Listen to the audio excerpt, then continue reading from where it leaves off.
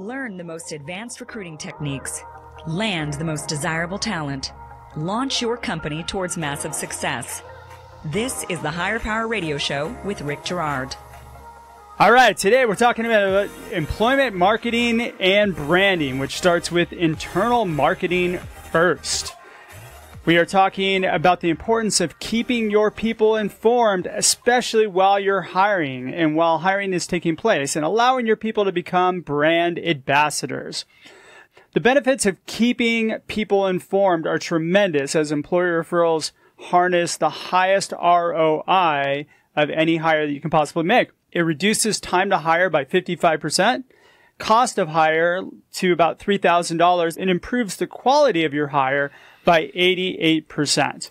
And after 2 years, 45% of people who you hire through employee referrals stay employed with your company. They stay retained.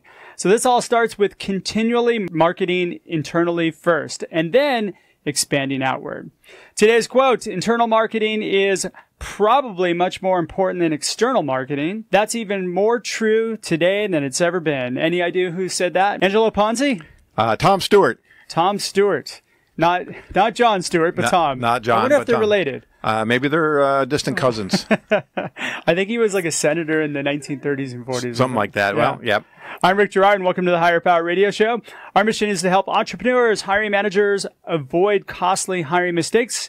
We identify a specific problem, provide proven tactical solutions to solve your company's most difficult hiring challenges. We share insights from top-performing and rebel entrepreneurs, disruptors, and industry experts like our guest today, Mr. Angelo Ponzi. He's the founder and president of the Ponzi Group. Angelo is a marketing and branding strategist that works with small to mid-sized companies as their fractional chief marketing officer in defining market opportunities, developing competitive profiles, audience personas, brand alignment, and strategies to strategic, integrated marketing plans that help businesses compete in an ever-changing marketplace. That's a big, long sentence. It is a mouthful, I think. He focuses on 3 strategic pillars for success: insights, brand, and plan to develop effective and efficient programs for building enduring brands and sustainable business growth.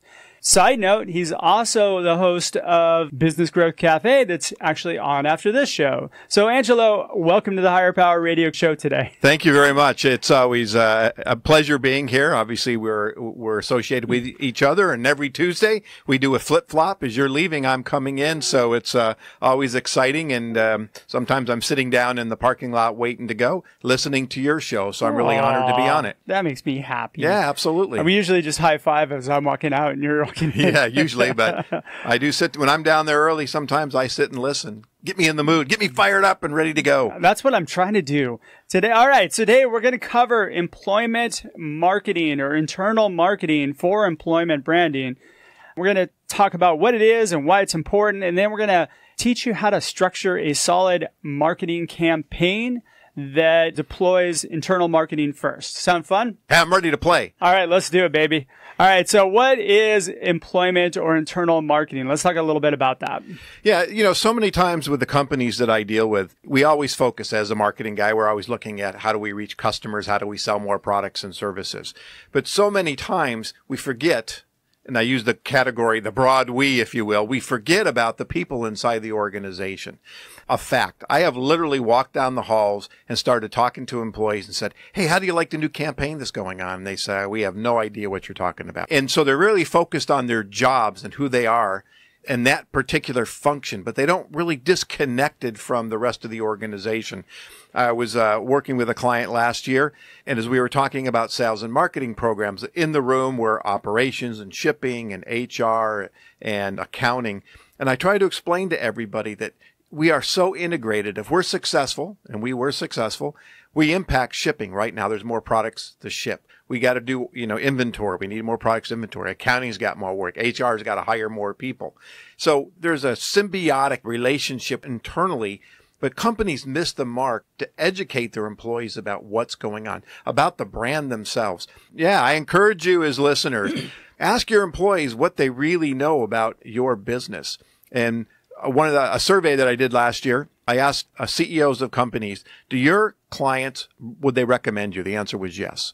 Do they understand your products? Yes. Do they understand all of the products that you sell, or just the ones that they buy? And their answer was, well, just the ones they buy. So they had no idea. So if your clients have no idea about all the stuff about your brand, you can't expect your employees to too. And that's where it really becomes important to focus, to make sure you've got all your employees, as you mentioned, brand ambassador, that everybody's firing on the same cylinders, or all on the same plate, as far as what the communications message is out to their audiences. I go into companies as well, and I talk to them about hiring. And what's interesting is that 9 times out of 10, most of the employees don't know what the company's hiring for. They don't have those internal discussions as much as they should. That's really important, because those are your best source of people. Mm-hmm. So why is it important? I mean, I look at it as it improves employee engagement. Oh, absolutely. I mean, if I know as an employee about all the different departments about the brand, and I can speak really strong to it, then I also know the types of people that would fit, not just my friend that's looking for a job, right? I know right off the bat that person's not going to be the right for that company, because I understand the culture. And so I think that's where that education comes into making sure that everybody understands. It also really boosts morale, because there's an understanding of what's going on. They feel more part of the organization, and that's essential, right? Because you want people working on your business as much as in the business, to making sure that we're all moving in the same direction. Absolutely. So what are the big challenges that you see when companies are, in particular with hiring or internal marketing? It seems to me like sometimes they just focus in completely external on their marketing. Well, that's where the money comes from, right? It's the employees aren't necessarily, the employees are generating the money, right? Because you can't have a business without employees. Sure. I don't care. You could have the greatest product, the greatest service in the world, but if you have any employees to make that all happen, then you don't have a business. Sure. So from that standpoint, they are really important. And we could probably get into tons of statistics to talk about employee retention and all those different factors that are really important.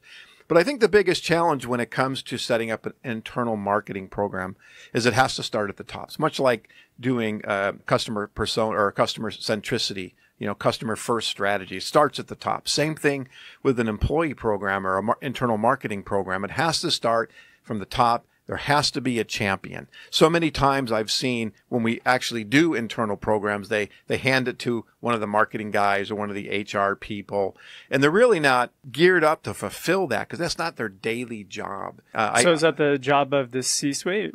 Well, CEO, I think it has to start COO? up there. It has to make sure that information is being filtered down and empowering somebody, and I don't care what the level is to making sure that it gets implemented. They don't have to physically do it. They have to take command and control to make sure that, just like anything else, that we're meeting deadlines and milestones and accomplishing this objective. So they need to be the champion of it. Somebody needs to be the champion. I prefer it's in the C-suite, because I think it's important. If you got 5 people in your organization, it's easy to talk to them, right? But if you've got 50, 100, 200, 300, then it gets a little out of hand. I tell a story about an agency owner from years ago, and every month he got all the employees together, and he called it the state of the state. And I always use that as kind of my benchmark. And he would talk about new wins, losses, how we were doing, profitability of the agency. Yeah, when you walked into out of that meeting, you had a sense of where the agency stood in the marketplace, about all the great things we were doing, and you felt proud to be there and empowered to be there, versus somebody just walking down the hallway that has no idea except I'm the accounting manager. You're listening to the Higher Power Radio Show. I'm your host, Rick Girard. For our podcast listeners, we're going to take a quick educational moment from our An education moment from our sponsors. Find out how healing a person's pain points attracts amazing people to your company. Sign up for our passive talent workshops at stridesearch.com. Today, our guest is Angelo Ponzi. He's the founder and president of the Ponzi Group. And we are talking about internal marketing programs, specifically at hiring. What ingredients need to be involved for a good experience or a good candidate marketing initiative or internal marketing hiring initiative? Well, as I was saying before the break, it's really having that champion to empower that. Sure. This is something that needs to be done. And then, just like an external marketing program, we have to look at the channels of communication that can reach out. Now, I love starting off these programs with an internal employee survey to understand what they know about the organization, any issues that they might have, the positive aspects. So really it comes from a base. So they automatically see input into the plan that they might have put into the survey. So right away, there's ownership. And to me, that becomes very important versus something that's being dictated versus having that ownership. And then structuring, what are those pieces? So example, one of the clients that I worked on a program for a few years ago, every month we had a 30-second to a minute message from the CEO. He literally used his computer camera and just taped a little message, gave the highlights of what was going on. And then the real details came from the different managers within the departments. And so this thing filtered down to make sure that the departments, everybody in the departments were sharing the same information. It wasn't like marketing was getting one, accounting was getting one, and you know, shipping was getting a different message. They were all getting the same, but they structured it so that information could filter down so it wasn't the CEO that was responsible. So Angela, let's say I'm a small company. Let's say I'm 20, 30 people, right? We're just getting started. We've gotten a Series A round. I mean, this is, I think, when it's most critical to take advantage of this sort of initiative, right? Well, and if it's being driven by, say, a CEO, what might they need to be aware of in order for them to be able to really make sure that they're getting access to the best people? Understanding what you're, you know, so as far as from a talent acquisition standpoint, I mean, what are you truly looking for?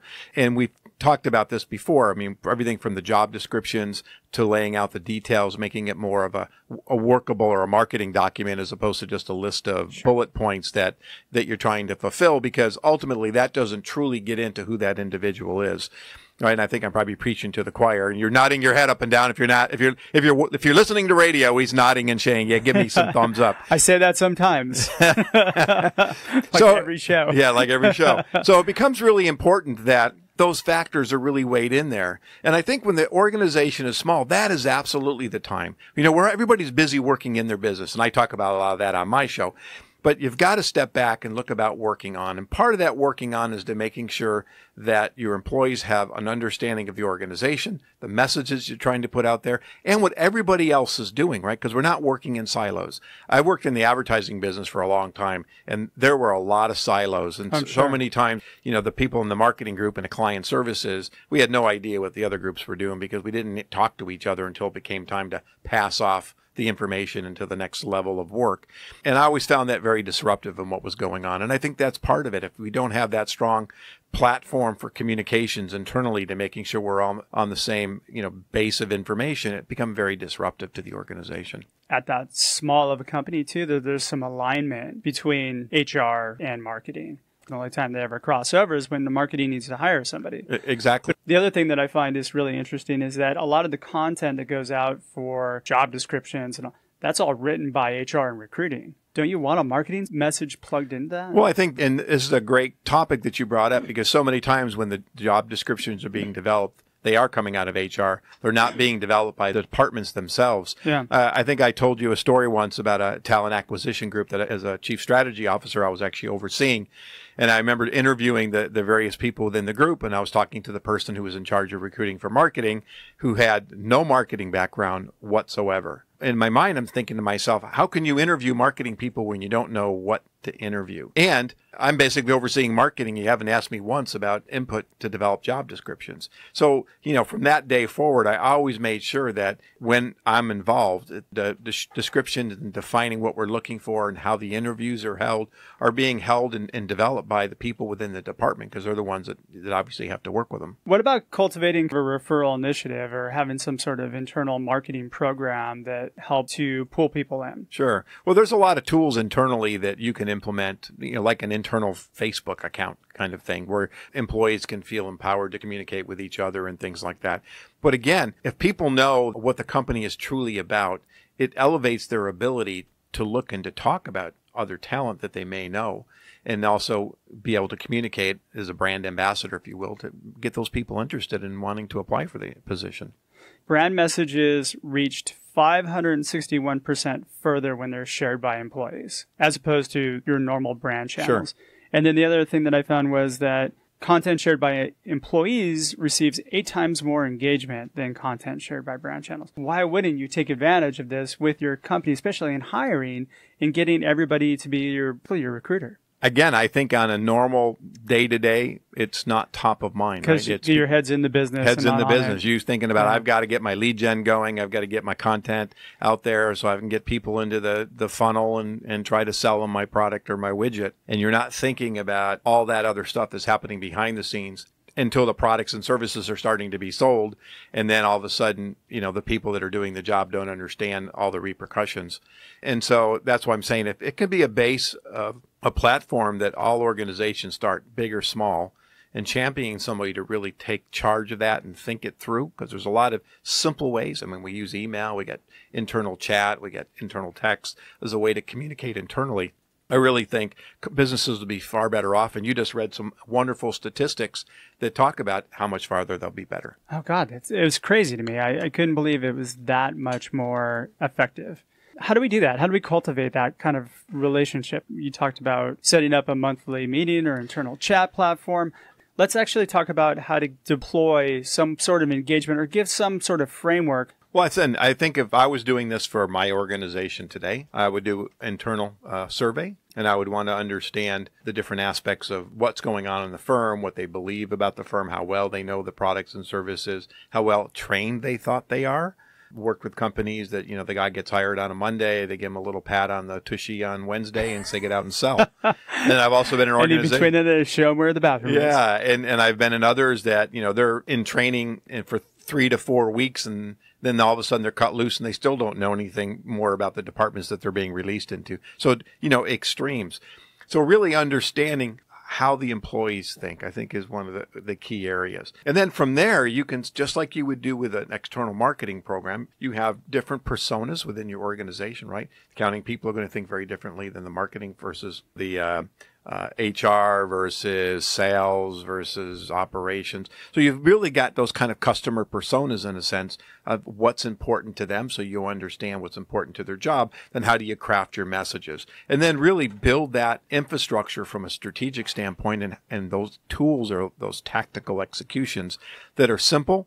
If you overcomplicate it, I'm telling you right now, it'll never happen. You might do it once, you might do it twice. If it gets too difficult, it'll fall apart very quickly. So they have to be simple forms of communication that become very consistent and standardized month to month. So your marketing team would actually put together this content and then feed it out to the different departments. Yeah, absolutely. And making sure that you might say, across the company, here's what's going on, here's what's happening. We landed these new accounts. So-and-so got promoted, blah, blah, blah. And then you could actually even customize it if you wanted to by department to do something very specific in there. But importantly is everybody in the company knows and has an awareness of what's going on. But how do you get the people in product development or engineering or accounting, the people that don't typically share a lot of content online, how do you get them to buy in to be able to do that?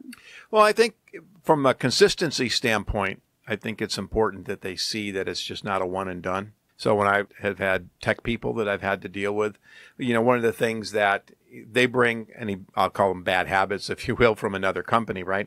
Is like, yeah, we've seen this before, in 2 weeks or 2 months, this won't even exist. So why should I bother? Or, and that's why I like to start off with an anonymous employee survey, because then all of a sudden you can get a lot of feedback that you might not get if I can tack their names to it. And so once they see that their concerns or issues and things are starting to be addressed, then that's how I see people starting to buy into it. And again, not overcomplicating it, because everybody's busy and the last thing you want to do is 10 emails a day from the company. So you can also maybe encourage promotion through like gamification. So gamify that process, Absolutely. Make it beneficial to them in some sort of way. Yeah. And I think too that, back to those monthly meetings, a company I worked with a couple of years ago, we have ended up implementing monthly meetings, and they could win prizes and they were given challenges. And so it became everybody loves prizes. Yeah. They became a more interactive situation where they weren't just coming and listening to the CEO talk. I mean, there was interactive, and they did skits. They did all sorts of stuff to build morale and camaraderie. And no one wants to hear us talk, except for like the people who are listening right now. Thank you, by the way. Thank you. But the fact is, the more we talk, or the more they tune out, but the more we listen to them and help them champion the cause, then the more they're going to engage. Yeah, and cause marketing is another good one, getting the organization to buy into a specific cause that they can give to. I was talking to somebody recently, and what they do is employee rewards, because they do a lot of cause marketing. They actually give a donation card that the employee win a prize, let's say of $100, but the employee can actually use that if they want to donate it to a charity. So not only can they win a prize and you get the thrill of winning, but now all of a sudden you can think about a charity that you would like to donate to. So there's money that you didn't have anyway, right? And so that was one of the ways I thought was really cool, that they got their employees involved in that kind of the whole atmosphere of giving from the organization. I'm getting the wrap-up thing from our engineer, Paul. You're getting the finger. All right. Yeah, I'm getting the finger. So give me 3 quick takeaways that you want the audience to walk away with today. Well, I think it's important to incorporate information about the company and the markets and the brands that you're really after and utilizing when you onboard a potential prospect, right? Start right from the beginning to immerse them, not just in the kind of the higher level stuff or the departments that they're going to work in, but really about the organization. Update the employees, I say, at least once a quarter about what's going on, if not monthly. You should probably do monthly stand-ups. I would love monthly, but minimum a quarter, but monthly is much better. And they don't have to be long. They have to be long, dragged-out meetings. And then make sure the employees are marketed to first. The other mistake, right? You market, you put it out in the marketplace, and they see it or they hear it after the fact. Or their friend calls up and says, hey, I saw you guys have a job over there. I didn't know anything about it. Great campaign. Yeah, exactly. Yeah. So making sure the employees know about either whether it's the marketing campaign or it's about a new opportunity or new job posting, make sure they know about it first before it hits the streets. Angela, we're just about out of time for today's show. It goes by so quickly. Thanks again for your time investment today, and I want to welcome you to the Higher Power Radio community. Now, what's the best way for members of our community to reach you? Sure. The easiest is go on LinkedIn and connect with me on LinkedIn. You could also visit theponzigroup.com, and I have a lot of blogs and ebooks and videos and all sorts of things on there. And, of course, my pitch for my show, The Business Growth Cafe, and you could go there at thebusinessgrowthcafe.com to listen to me as well, or stay tuned and stay on. In 10 minutes, you'll hear me. Well, you won't hear my Facebook Live, at least mine. There you go. There you go. So I want to thank our listening audience for tuning into this week's episode of Higher Power. A quick thanks to our team, our engineer, Paul Roberts, our producers, Andrea Ballin, Shanti Ryle, and our creative director, Ayla Gerard. If you're listening to the podcast, please subscribe, review, and share. We are listening, and after all, the show's for you, so we love your feedback. You can join the Higher Power Radio community at Higher, that's H-I-R-E, Power, P-O-W-E-R, radio, R-A-D-I-O.com, or drop me an email at rick@stridesearch.com. Ask about our passive talent webinars and workshops. Tune in next week. Our guest is going to be Olivia Melman. Olivia is the Manager of Recruiting Operations for DigitalOcean. I'm your host, Rick Girard, and you have been listening to the Higher Power Radio Show. Aloha. Thank you for listening to Higher Power with Rick Girard on OC Talk Radio.